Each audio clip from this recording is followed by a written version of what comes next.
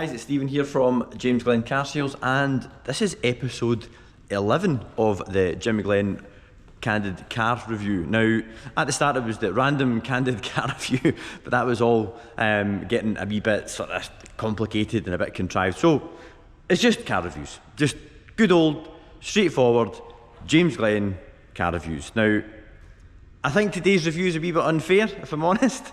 Obviously the thumbnail's giving away what it is, so I may as well just reveal it just now. Now, that's a beautiful car, and we all know how amazing a platform the E46 M3 is. We know how beautifully sublime and linear the power delivery is from its naturally aspirated S54 straight 6. The reason why, in my position just now, I'm saying this review is a bit unfair is about 3 reviews back, actually reviewed a supercharged E46 M3. So this is going to be a completely different proposition altogether. Now, if you haven't already, if you go into the playlist, if I've got the technical ability when I'm putting this edit together, I'll try and put a box somewhere that you can click. Failing that, I'll just do it the easy way, and I'll put the link in the description below, along with the link to this car, which is currently for sale. Anyway, that's not the reason why these videos get uploaded. It's just basically to give us a bit of reach. Now, first of all, or second of all, I would like to thank everybody so far that's subscribed to the channel. It's been the growth so far has been absolutely fantastic, almost at 2,000. Been pretty strict with myself, making sure that a video goes out every week. Last week, didn't manage to do a review video.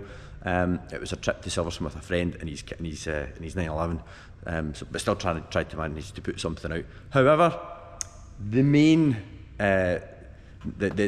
subject of these uploads is car reviews, so let's get on with it.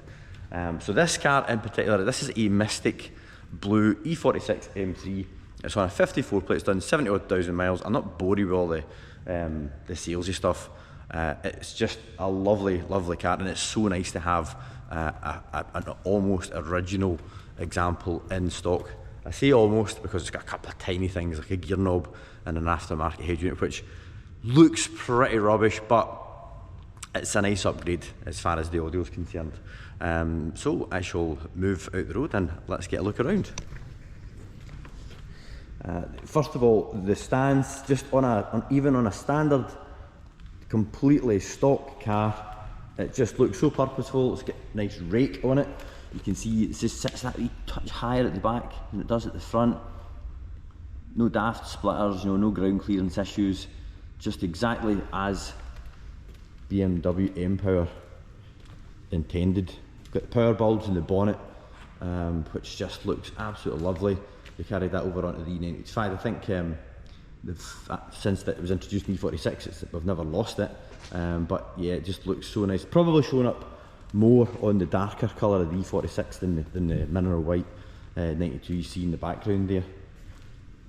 But you know, to the untrained eye, one of the lovely things about these cars, to the untrained eye, it just looks like a really, really nice 3 Series. You'd never think for a minute, you know, back in the day that this car would be packing almost 350 brake horsepower. 343, I believe, and I'm sure you guys in the comments can tell me if that's in PSB or BHP. I'm pretty sure it's BHP. Being an LCI, we've got the LED lights. The LCI on generation BMWs of this generation was pretty discreet. Nothing that you couldn't change with a couple of aftermarket parts yourself. Bulging rear wheel arch, just looks absolutely awesome. These vents to me were always, I don't know, I think it's because they look a bit chromy, look a bit aftermarket, they look like they really, yeah, I'm not sure about those, but I would have to say that's probably about the only design feature that I'm not mad keen about. So let's have a wee nosy inside now. So I'll get the things I don't like out the way first and foremost. These seats are rubbish. They really are. If I just take you up quickly onto this CS in the back wall there, that is a car that I owned during the credit crunch, and sadly I had to sell it I had to sell it after about 3 months because it was dropping £1,700 a month in what the trade call the glasses guide. I did enjoy it, but yeah, it's one of those cars that I never really felt like I could actually get to grips with how the car felt inside, and it was primarily because of the seats. However, I did have an E46 M3, sorry, an E46 CSL a few years later, which the seats were amazing, but we'll not go there because I'll probably start crying because of how much those cars are now and how little I sold it for back in 2009. So back to the E46 M3 that we have in front of us. Now, what makes up for the rather rubbish seats is the rest of the cabin. It's beautiful steering wheel. Previous owner of this car had it retrimmed in Alcantara, so very M3 CSL CS like. I've got the M colours carried on in the stitching, which is a beautiful touch, and it does also replicate the original seams where you would see. So you can, I remember getting one of these done in a car that I had a few years back. I could have either got it done in one piece or replicate the factory seams, which has been done in this case, and it's a really nice touch. Behind the steering wheel, got a nice set of traditional clocks. These, what I think is really cool is the red line that starts to fade. So that starts about 6 when the engine's cold. Personally, I think that's still quite high rev limit for a car that's up, you know, the car's not got up to temperature yet, but that starts to drop back as the engine oil gets up to its operating temperature, which is really cool. Also, the other thing I really like is the fact that the centre console tilts round to the driver, so it's really driver focused. After the 46, the dashes just became flat and more traditional, so everything in the centre just pointed straight back. As I mentioned earlier, we've got this Alpine head unit, we've got the standard one, but you know, this allows Apple CarPlay and Bluetooth and stuff. But yeah, it's all right. It's not fantastic. Another thing that I love about the E46 M3 is how the buttons feel. Everything, doesn't matter what button you press, it's just got a lovely springy weight to it. Everything just feels quality. Pop out back windows, because back windows don't go down, but they pop out, which is really nice. This is the only other aftermarket part on the car. It's this really, well, sorry, I've got the third one in a minute. A really nice kind of milled gear knob, which is pretty cool. Looks really nice. Not that you'd be doing much with that anyway, because once you've got it in drive, you're on the paddles. Moving on to the paddles, these are aftermarket, but they've got a nice feature at the back. Your finger just kind of lies in it, and it's got a really nice, I don't know if you can hear that, it's got a really meaty, solid feel to it. It feels like an actual paddle rather than a button. Have a wee nosy around at the engine after we've had a look in the passenger side. Don't worry guys, I will go on to the driving very soon. It's just there's so much to take in these old cars that I think is worth mentioning. So just in from the passenger side, you can actually see more clearly that the dashboard is, you know, the contours definitely favour the driver, and I think that's really nice. And sadly, it's something that we don't see anymore now. Apart from a bit of bolster wear over here, and a wee bit of stretched leather here, this is literally the only other part of the interior that I can fault. Now, this is like a sort of, it's like a kind of cotton velvety stretch material that goes over the pillar, and I've seen this loads of times in just E46 in general. But I mean, guys, this is 20 years old, and that is pretty much all that I can really fault the interior for, and I think that goes in some way to say just how well these cars were built, because that's another thing you should factor in when you're buying, you know, an old modern day classic. How well was it actually built, you know, because that'll have a huge part to play in what it's like to own now. Is it all creaky, is it rattly, does it feel good to sit in? And these feel fantastic to sit in, apart from a couple of things which we'll get onto when we're out on the road in it. So this is the S54 straight six, naturally aspirated, and it is just a beautiful piece of engineering. No plastic covers. You know, this is the actual engine here. We've got a big plenum chamber. This is individual throttle bodies, which it just shows the lengths that BMW M go to extract the maximum amount of power out of the 3.2 displacement engine. You know, rather than strapping on superchargers and turbochargers and all that sort of thing, they've just went for pure and total precision engineering. If you can imagine to give you an idea of what the difference is, a car that doesn't have inlet manifold has one throttle flap, and all the cylinders have got to share that opening. On an individual throttle body car, you've got a flap per cylinder, so as you can imagine, it lets in a ton more air, and I dare say that the throttle response and everything will all benefit from that as well. So there we are, that is the E46 walk round. Now let's see where it starts. Let's see what it sounds like on cold start. It's funny how these old cars, they always smell the same. It's quite funny, it's quite familiar, because we used to sell tons of E46 back when they were much newer. Anyway, cold start. Let's see how she sounds.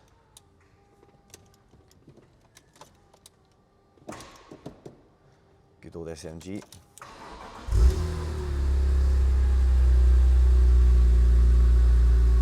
Let it warm for a wee second. There's no protective 3000 RPM rev limiter on these old cars. Although we do have a suggested red line of 5000 now, which the amber lights will diminish as it starts to warm up. Used to think these were too raspy. Now they just sound so natural and so organic.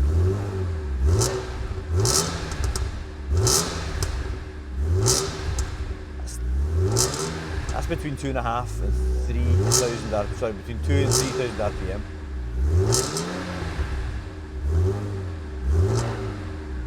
Really feel the car. Really feel the engine coming through the car as well. Already there is like a feeling of connection that it's just gone from new stuff. Anyway, that's how she sounds on cold start. Time to get out.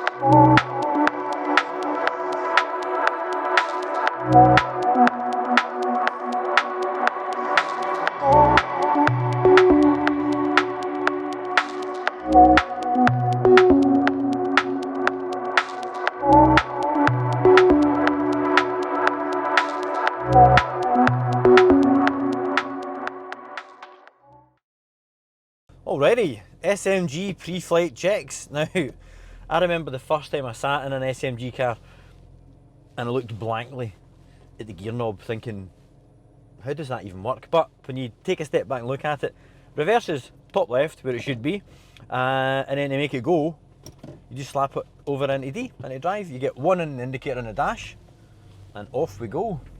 But guys, I promise this will not be an entire E46 M3 video talking about the SMG gearbox. However, we need to talk about the SMG gearbox. Now, it is a cardinal sin to drive these cars in automatic. It's got to be manual, and that applies to pretty much any automated manual, whether it's an R8 with the old R-tronic. I've never driven an E-gear, but even like the E60 V10 SMG, anything with a dual clutch, oh yeah, sport shifter in an Aston Martin. If it's an automated manual, you drive it like a manual, but rather than changing gear, you use the paddles. If you leave it in drive and you're in fourth gear and you're coming up to a roundabout and you slow down, it might go into third, and then it might go into second, and then just as you look and you think, yeah, I can roll on, it'll go into third rather than staying in second gear. So yeah, leave it in automatic, leave it in manual, use the paddles. I've also, now this is a long time since I've driven an SMG car, a small lift as you pull the next gear should help, but again, we will demonstrate that through the course of the video. Now, I spoke about the interior quality of the E46 when we were doing the intro section of the video. Now we're on the move, we can start to see if that translates into creaks and groans and bumps and wind noise and all those sort of things that you would expect with a 20-year-old car. But this isn't a 20-year-old car, this is a 20-year-old E46, which has got such a reputation for being a really, really, really well screwed together car. So let's just listen. Doing 40 miles an hour. What is really, really evident is engine noise. It's all there. And I don't mean it's there because there's loads of induction noise, I just mean that the metallic-y engine operation noise is there. And already you feel that you're going to be quite involved. So we've got a wee bit of temperature in the car, we'll start sending it on a wee bit.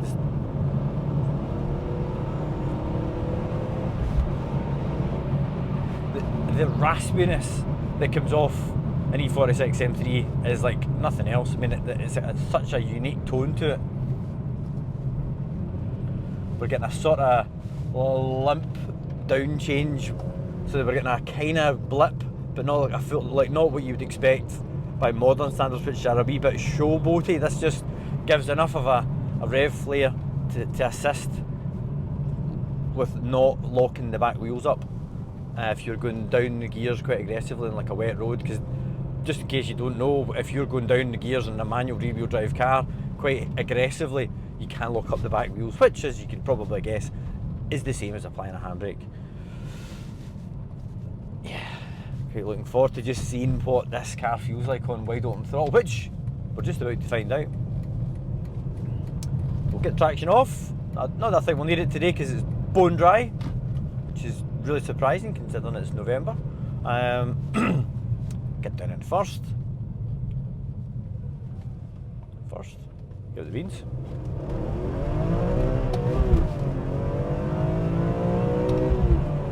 As you can probably tell with the nod back and forward, there is a bit of a torque gap. Now, one of the things that I noticed when I actually owned one of these was clutch slur, which is when you pull the gear, it doesn't feel like it engages crisply enough. Now, that can be because there's too much of a gap between the clutch and the flywheel. So what can actually happen, or the clutch plate, sorry guys, I'm not a mechanic, but there's play that can be taken up by doing a software update which takes up the air gap. So if you've got a car that is suffering from clutch slur, that's something that can be addressed, and it's not always needing a new clutch. But yeah, that felt really, really good. Now I'm going to try that again, but this time I'm going to let off in between the gear changes. You'll probably be able to tell if it improves with my head nodding less. Right, here we go. Hard to do the first 30 seconds.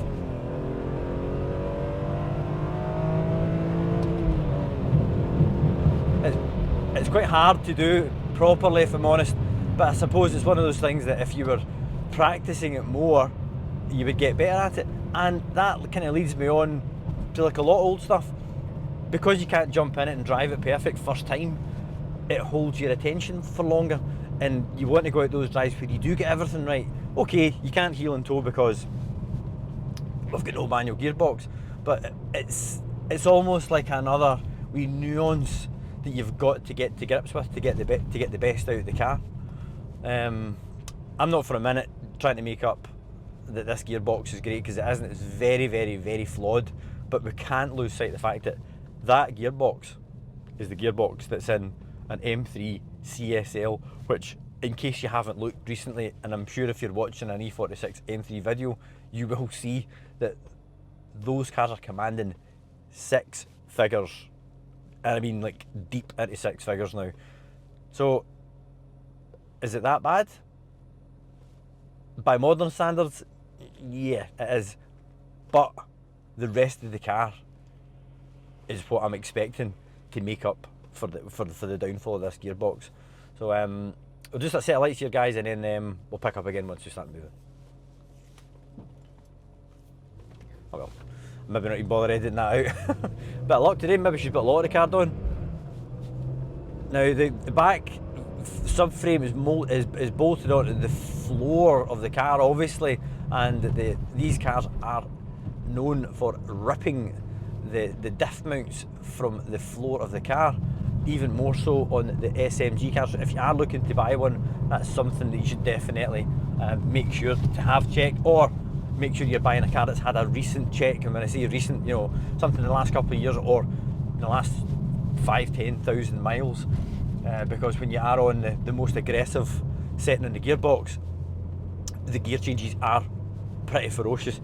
Now that brings me on to the gearbox ferocity settings.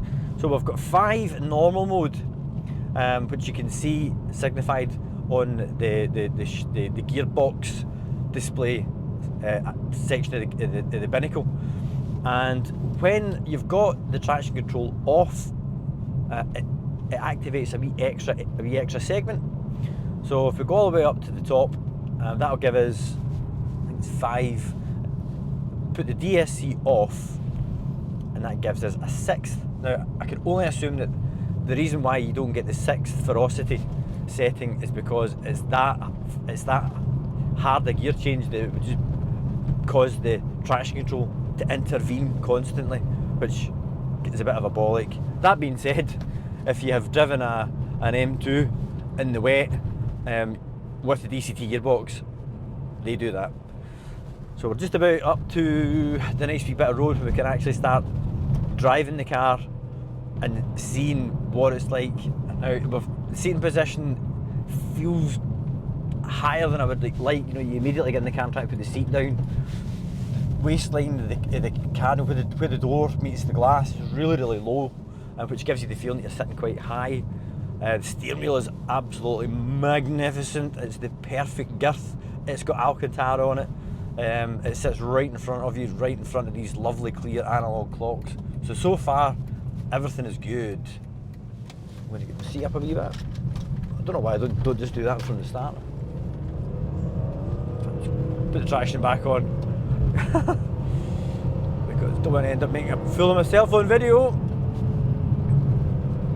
Now, modern cars, I'm sure you'll agree, not only have they got really, really over-assisted brakes, but they also have exceptionally quick steering racks. Too quick in some cases.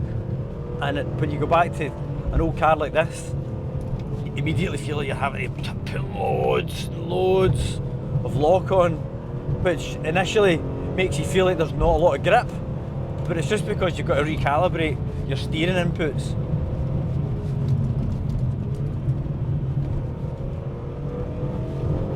The car feels really, really light. When you turn in, it's like there's very, very, very little inertia over the front axle, which means whoop, bit of air. Direction changes are dead pleasant at this. Oh, that's one.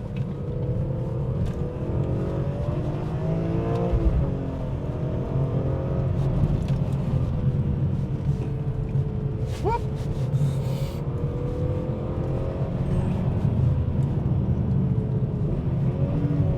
Further up the revs, I would say the quicker it feels like the gearbox starts to react. That was a change up with half throttle, and it was much, much nicer than a full throttle shift. It's a bit of a thump through the back when you change gear. I'm not going to deny it.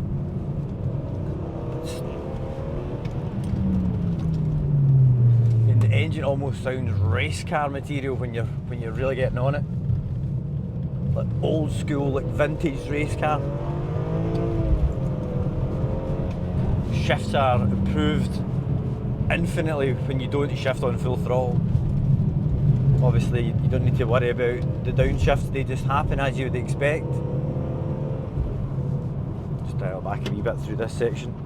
So yeah, immediacy from the front end isn't there because you've got this sort of, whoa, are we actually working? But then when you realise that it's actually just got quite a relaxed steering nature initially, and then when you start to load it up, that all comes right through the steering wheel.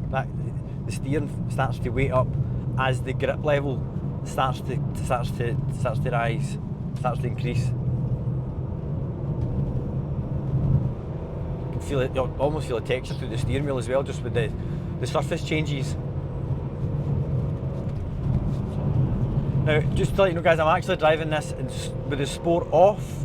I've never ever liked an E46 M3 with the sport on. I think the throttle is so responsive. If you're over anything less than a perfect road, if it starts getting bumpy, you start making throttle inputs that you didn't mean, and it makes progress very rough. And it is definitely the sort of car that rewards smoother inputs.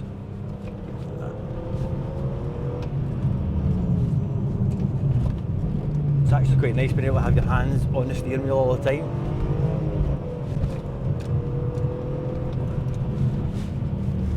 Doing something that's probably better than I remember, and we've got an RS200 Clio in just now, which I haven't driven one of them for like 10 years. And when you go back to something that you haven't driven for years, there's something you've got fond memories of. They never feel like they live up to the hype.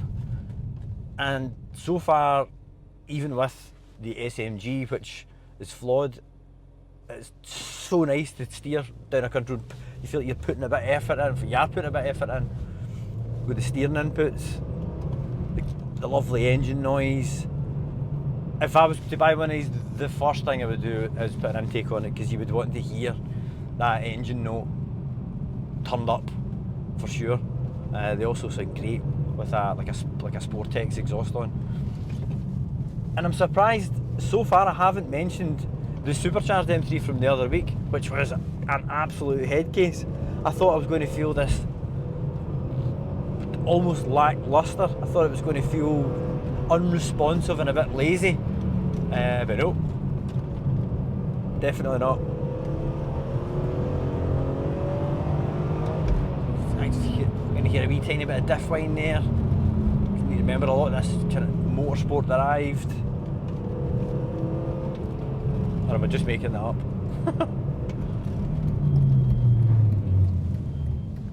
Bit of droning from the brakes. I think I'll need to look at the pads on this.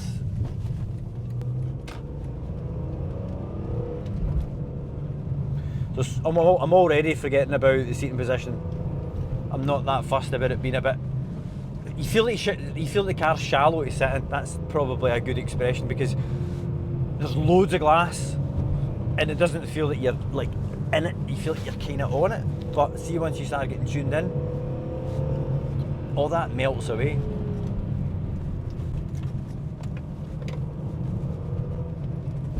These cars are now, I believe, something like 300 kilograms lighter than the current model. Now, I don't care how much horsepower and how fat you make the tyres, the aid turning, and how much power you give them, you cannot run away from weight.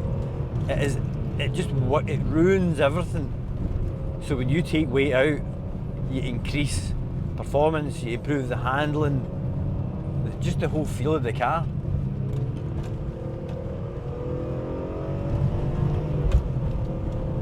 This is amazing. Really good. Do you know, I'm going to need to take a car out for a review shortly, one I don't like, just to show you guys that I do genuinely speak what I'm thinking.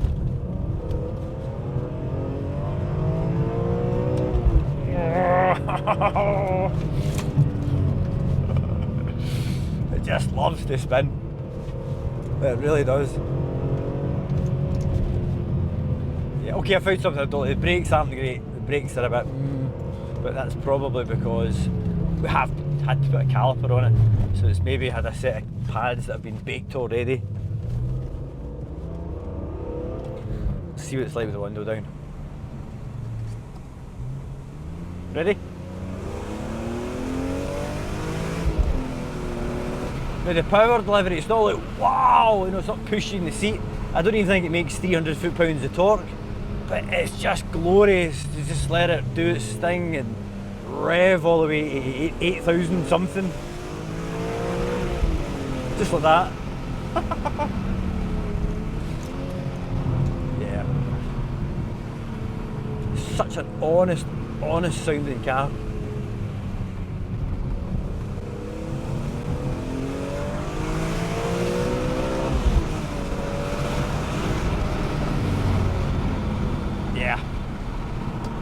Good car.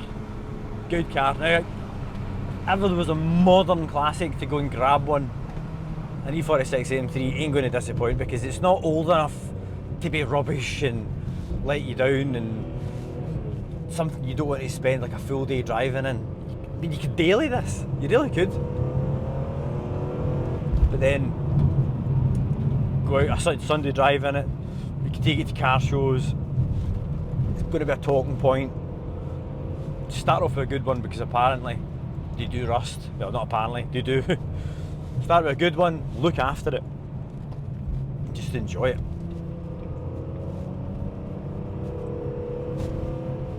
Yeah. So that brings us to the end of episode 11. Would you look at that? Fly tippers. I hate that. Absolutely hate that. Anyway, getting back on track, guys. Thank you very much for joining me on episode 11 of another Jimmy Glenn road test in our very own E46 M3, which I have thoroughly enjoyed taking out for a drive with you guys today. If you haven't already, if you could consider subscribing to the channel, that would be absolutely amazing. There'll be a wee button down there. If you would like to see more road tests, there's a box up there, you can click that. And again, thank you very much for all the support and all the comments so far. It's been really, really encouraging. I'm enjoying doing the videos. And yeah, if you're looking for an E46 M3 to use at the weekend, or even be a hero and use it as a daily, get out, get one. You'll love it. Thanks guys, and I'll see you in the next one.